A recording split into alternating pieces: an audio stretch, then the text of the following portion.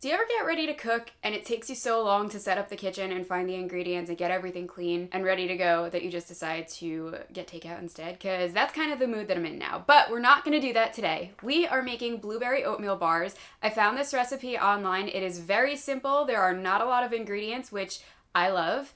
And it comes to us from the U.S. Highbush Blueberry Council. So I don't know what those people do, but that sounds like a fun place to work. We're going to be using frozen blueberries that have been in my freezer for I don't even know how long, but I'm pretty sure they're still good because the expiration date hasn't passed yet. And this is a recipe that we basically throw together in the food processor and then bake. So let's get started. All right, so the first thing we want to add is a cup of oats. And as always, I will have the recipe linked in the description. Okay, next we add almonds. And now we add our salt. And now we want to run the food processor and wait until the oats reach what they call a sandy consistency. Okay, now here's the interesting part. We're supposed to add in dates next. Now, I don't like dates, so I'm not going to use them in this recipe. I will substitute raisins instead because I do like raisins. But as a new beginner cook, I suspect that putting raisins or any kind of dried fruit in the food processor is going to leave me with a sticky, gooey, horrible mess on the blade that I will then have to scrub for who knows how long. And I really don't want to be bothered with that. So, if I'm wrong, tell me in the comments. But to avoid this mess that I'm expecting to happen, I am not going to process the raisins. I'm going to stir them in at the end and just leave them whole, because that sounds fine to me. But like I said, tell me if I'm wrong in the comments. So we're going to skip that step for now, but then we'll add in the other ingredients, obviously. So now we're going to add in some coconut oil. Next is maple syrup. Okay, now we want to add some vanilla extract.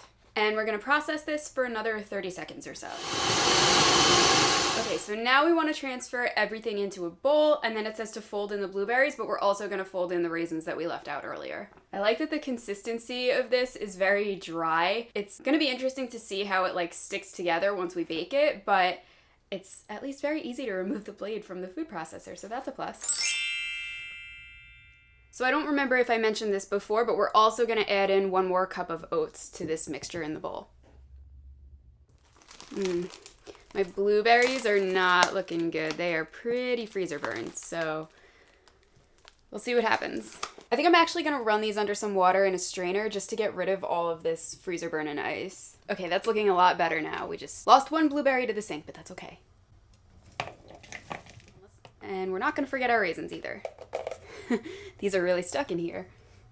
Raisins are in. Okay, so now we want to mix in or fold in the blueberries and keep on mixing until everything is nicely incorporated, and it says that the mixture should turn like a bluish purplish color. So I'm going to preheat the oven now. I have it off because it's too noisy, but it seems like we're just about ready. Everything looks like it's well mixed together, but it's not taking on that purpley hue. Maybe that's because I didn't use dates. I don't know, but this is mixed up pretty well. I don't think it's getting any better of a mixture, so we are going to now add this to the baking pan. And it says press down mixture in, oh, it says to use a parchment covered square pan. See, I used parchment paper, but I thought that was my idea. It says to press it down, I guess because there's really not a lot of binding ingredients in this, so you have to bind it yourself. Now I want to show you what I did with my baking tray because I thought this was pretty smart. Maybe it's really not that inventive, but if you saw my video where I made the black bean brownies, I was struggling a little bit to get the parchment paper to stay in place in the baking sheet. So this time I decided to line my tray ahead of time to kind of give the paper time to fold in. And I'm weighing it down with my garlic press. And I think that might have worked. So I'm going to take that out. And we're going to add in our bars. And I'm going to smash it down. I'm a little bit tempted to use a meat tenderizer or something, but that's probably not necessary and would probably actually burst all the blueberries. So let's not do that. Let's just be calm about this. All right. I think our shape is a lot better than it was in the brownie video. We are actually square, so I'm very excited. I think we're already winning. Okay, I will see you in 20 to 25 minutes. Okay, so I just pulled these out of the oven. They smell amazing. What's interesting is I didn't really smell them that much while they were baking. I think maybe because there's just not a lot of sugar or wet ingredients in there, so you kind of have to be up close with this to smell it, but it smells fantastic. but the recipe says that we want to let these cool completely before we cut into them.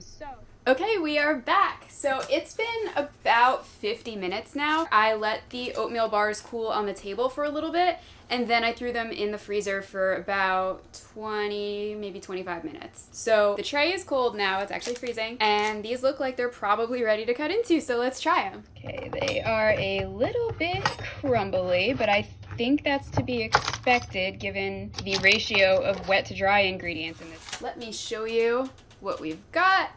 So it's pretty crumbly, but it does really look good. So now is the moment. All right, let's try these.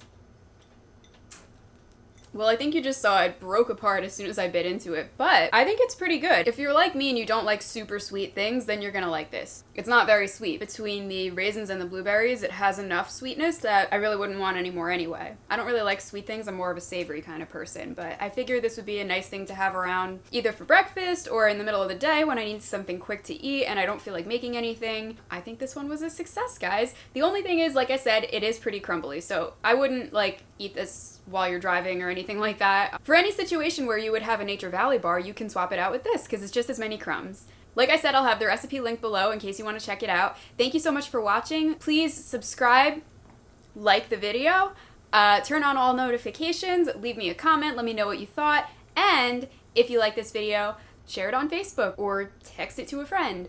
But thank you again for watching, and I'll see you in the next one. Okay, quick update. So I'm trying to put these bars in a container and they are just falling apart. So I think if I was going to make this again, I would either use more coconut oil or maybe an egg, because there's just like not enough in this recipe to bind the oats together. If you wanted to use it as like granola and yogurt or something, that would probably work too. But if you want to eat it like a bar, it's going to need more binding ingredients.